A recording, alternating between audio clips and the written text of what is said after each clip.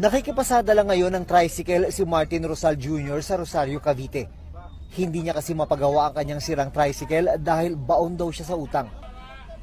Pero kahit kapos, hindi siya nasilaw sa perang hindi kanya. Kahapon lang kasi, pouch na may lamang 30,000 pesos ang ibinalik niya sa isang pasahero matapos niya itong makita sa tricycle ng kapwa driver. Sa totoo lang, sir, ako nangangailangan, sir. Pero never ko pinasok sa isip ko ang parang mag-imbot sa kapwa ko ng gamit na lalo't hindi akin o bagay na pwede makatulong sa akin, hindi ko ginawa.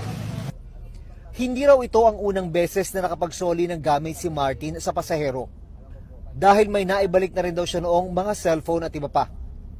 Pero ang mas kahanga-hanga, hindi lang si Martin ang honest sa kanyang toda. Si Ronel, 7,000 pesos na perang naiwan ng pasahero ang ibinalik niya noong nakaraang taon.